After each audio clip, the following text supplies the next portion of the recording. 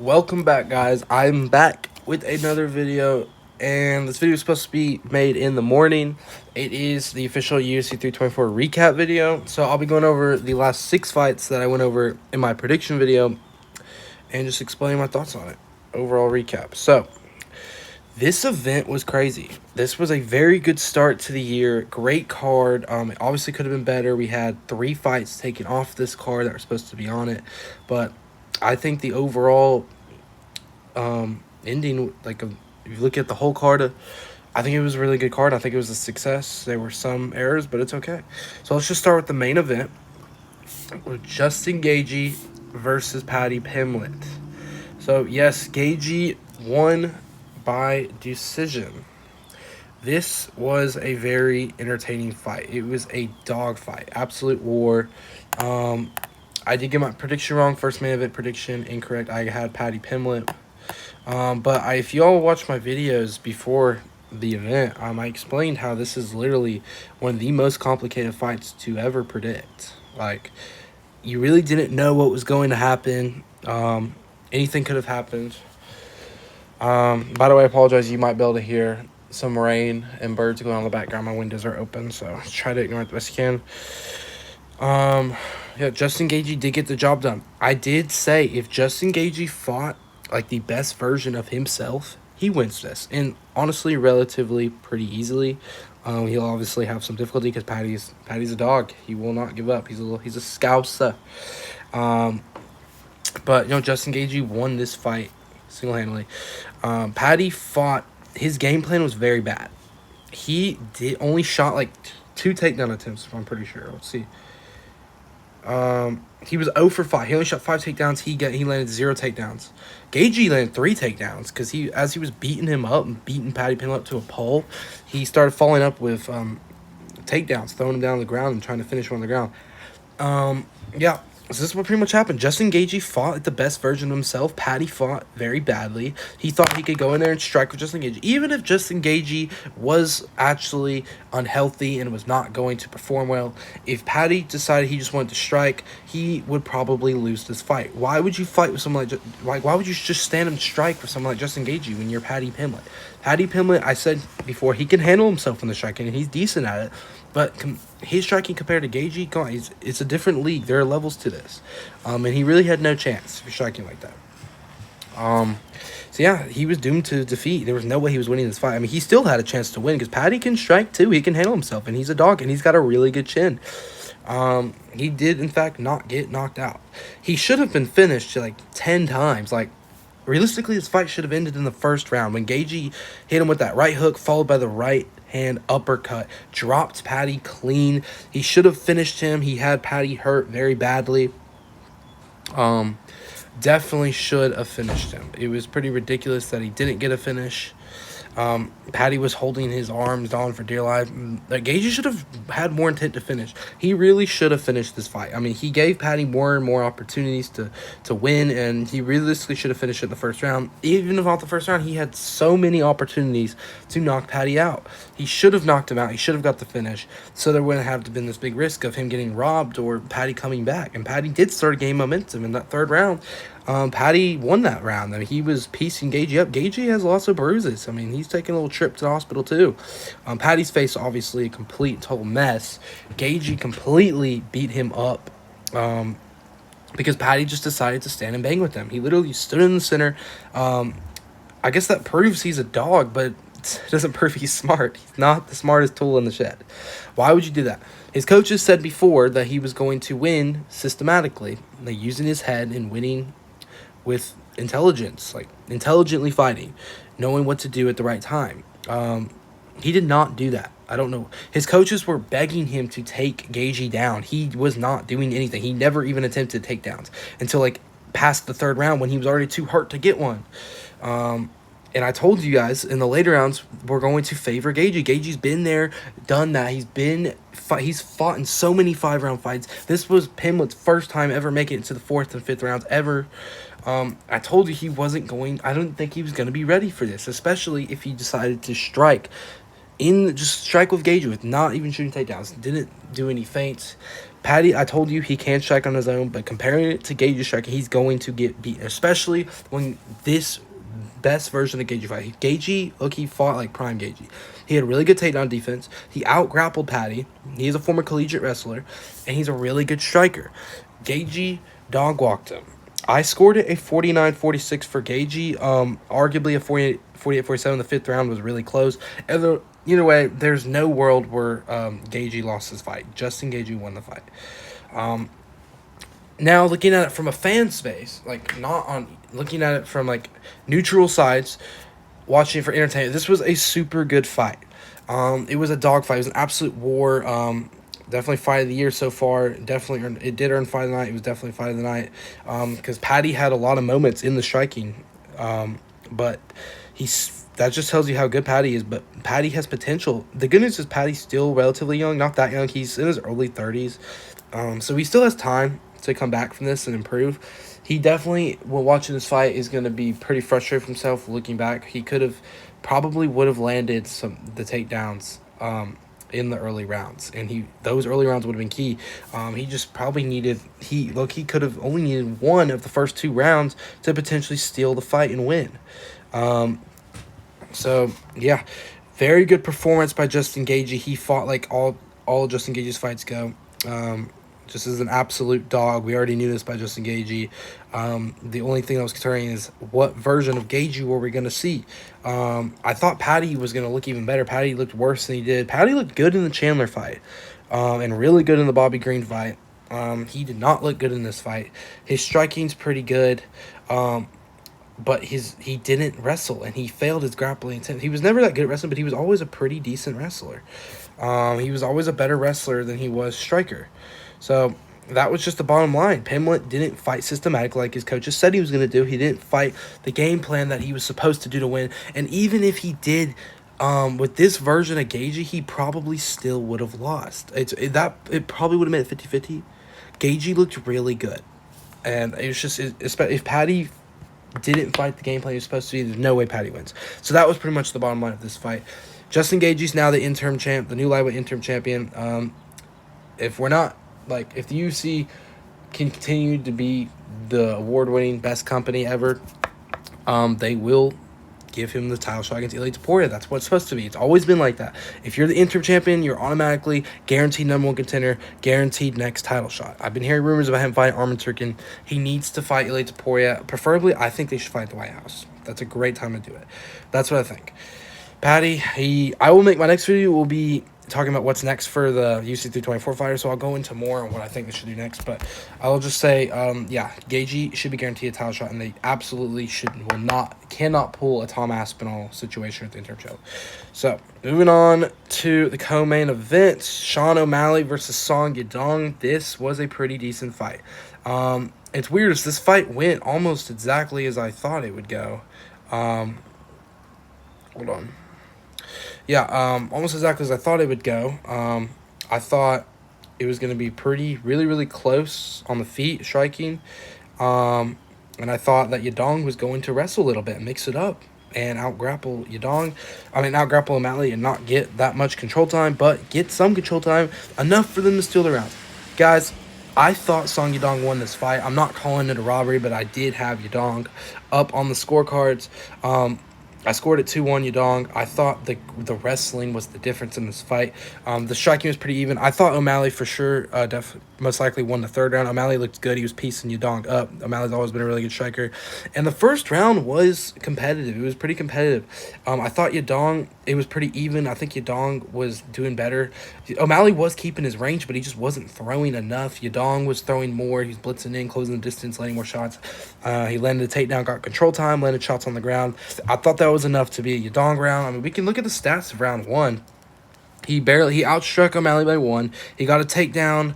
O'Malley did outstrike him with significant strike. So, I mean, I would not say you're like, it's a robbery if you had O'Malley winning the first round in the fight. Round 2 was definitely Yadong round. Outstruck him 34-20, landed 2 takedowns, and outstruck him in significant strikes 14-7. And then round 3, that was definitely O'Malley. O'Malley outstruck him 25-12, and outstruck him in significant strikes 25-12.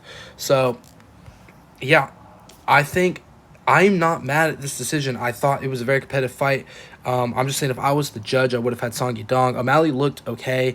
He looked pretty decent as the fighter. As in the third round, he looked okay in the first two. He really needs to work on his grappling, or he is going to get destroyed with Peter Yan. I thought Peter Yan won the first fight.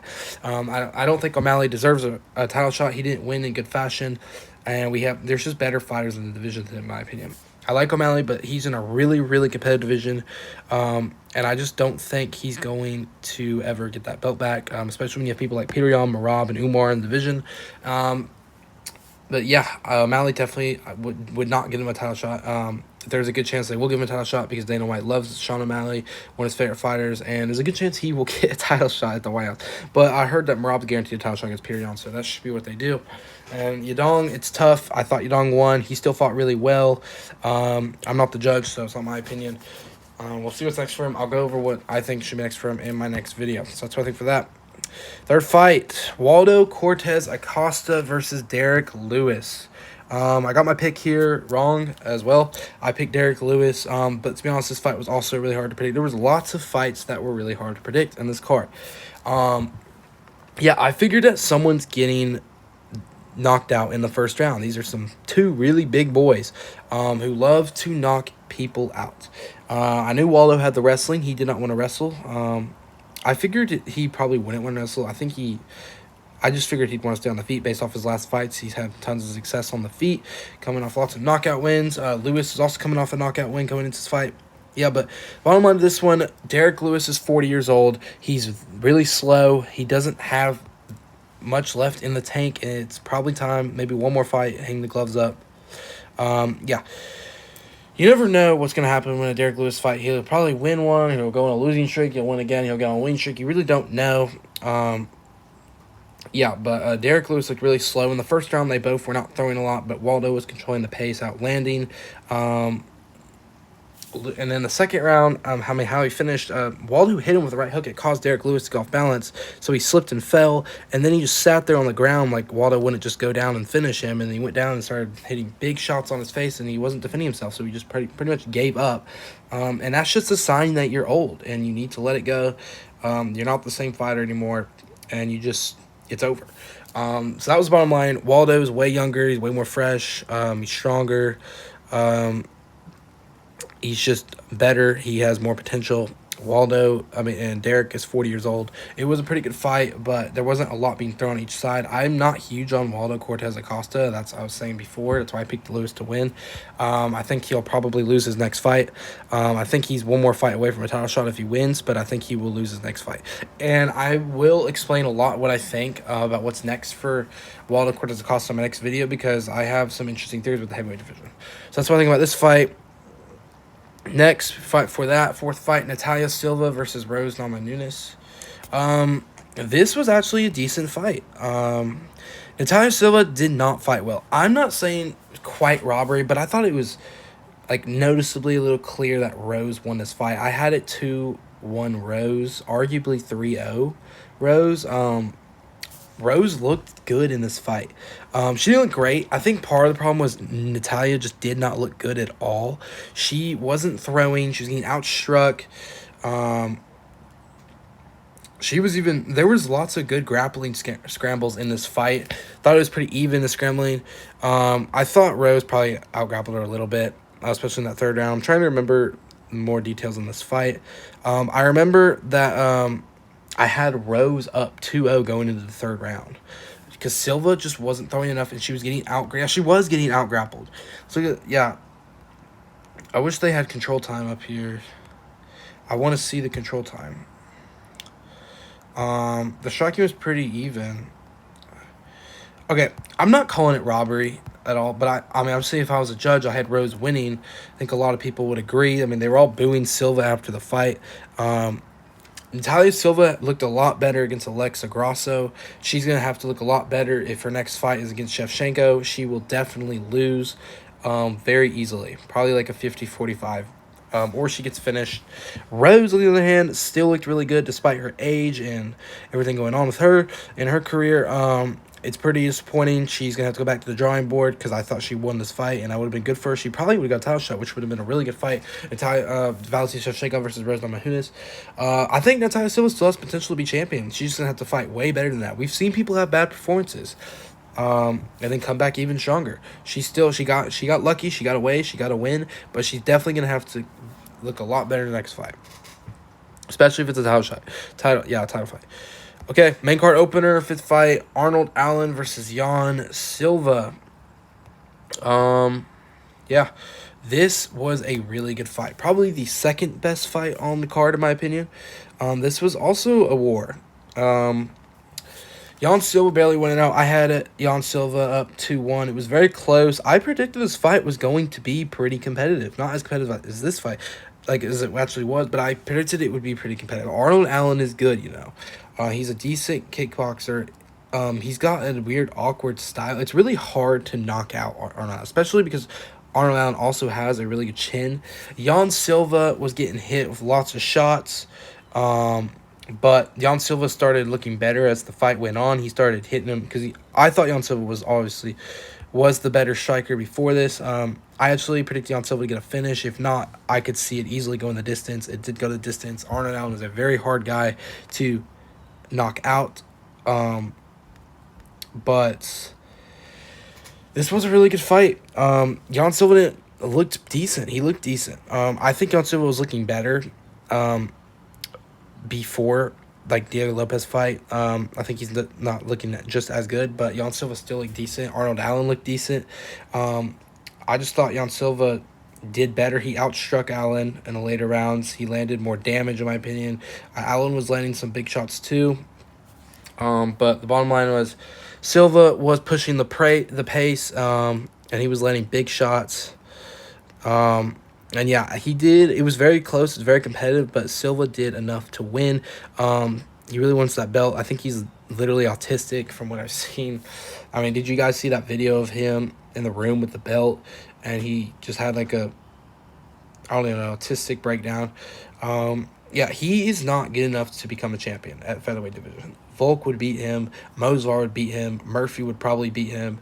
Diego Lopez already beat him. He has the potential to get at their level. He's like a step behind. I thought originally before he was at their level, I still thought he was going to be at their level, but no, he didn't look as good as he used to be. He still looks decent. I would say he's a top 10 fighter at featherweight, but not a top 5 fighter at featherweight. But I think he still has potential. He's just got some things to work on. He's got to stop getting hit, and he's got to get less cocky, and he needs to work on some grappling. His wrestling, he did a little. There was some wrestling going on here, but yeah, he's going to have to work on some stuff if he wants to ever become a champ. But Jan Silva did look decent in this fight. It was a war. They both took damage. They were standing in the middle of the octagon, going at it, landing big shots, both taking them pretty well. So they're both very good fighters, both top 10 featherweights, one of the best in the world. So that was a really good fight. And the last fight that I streamed, the featured prelim, Umar Nurmagomedov versus Deiveson Figueiredo. This fight was not that good, to be honest. Umar did not fight that well. It is a little, I do understand though. He has a weird style. It's hard to fight against someone like Figgy's style. Figgy's obviously really good. I mean, he's a former flyweight champion. He did miss weight, but I mean, he's just getting really old. Figgy looks pretty good. I actually thought that Figgy arguably won the first round, no, the second round, and it was 1-1 going into the third. I thought it was possible. I originally had it 2-0 Umar, but I could see people's scorecards having 1-1 to the third. Umar did not grapple enough, and he got taken down once by Figgy. Figgy didn't control, pretty sure. It was still pretty competitive, but Umar was controlling the pace. He wasn't throwing a lot. Figgy was mostly just running the whole fight. But he didn't get dominated like I thought he was going to get dominated. I think Umar, I'm not really taking much from Umar's performance. I still think that Umar is a beast. I think Umar will become champion, and I think he will have a big title reign. It's father's plan. It's like Khabib said. He's the most potential in the whole division, arguably in the whole UFC. And I think he can ever look great. If he wanted to, if Figgy was doing better, I think Umar would look great. I think Umar still beats everyone in the bantamweight division, but I need him to fight someone like Pirion or Merab. I think Pirion versus Umar would be a great fight, and I think Umar could win. Because remember, I thought Umar beat Merab in the first fight. It was really, really close. I didn't say it was robbery.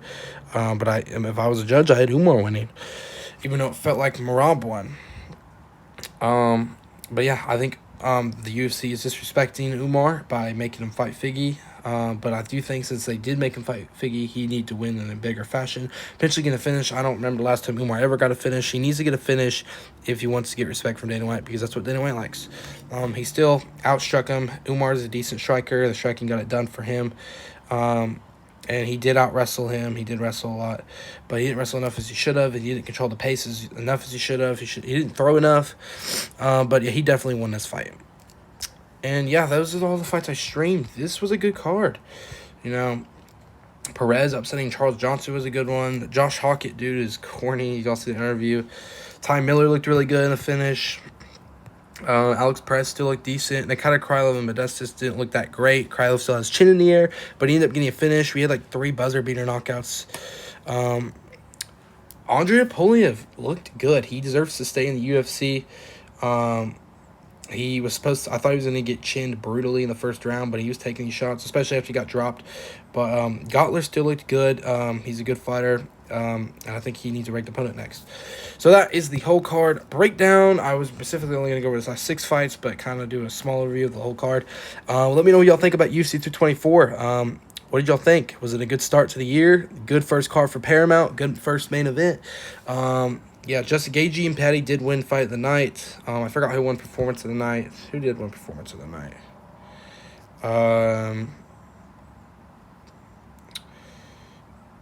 Josh Hockett and Ty Miller, surprisingly. I mean, those were both really good performances. The first 2 fights of the card.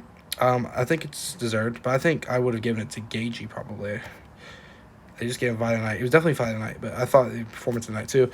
But yeah, this is a really good card. Let me know your thoughts on this card. I please subscribe and like the video and turn on notifications if you're new to the channel. I'll be making a video probably tomorrow or the day after tomorrow going over what's next for the UFC 224 fighters. I'm probably just going to go over the last 6 fights, the fighters that I streamed. I thank you all for the guys who joined the stream and hung out for a little bit and watched the fights. I hope my commentary helped, but I will see you guys in the next one.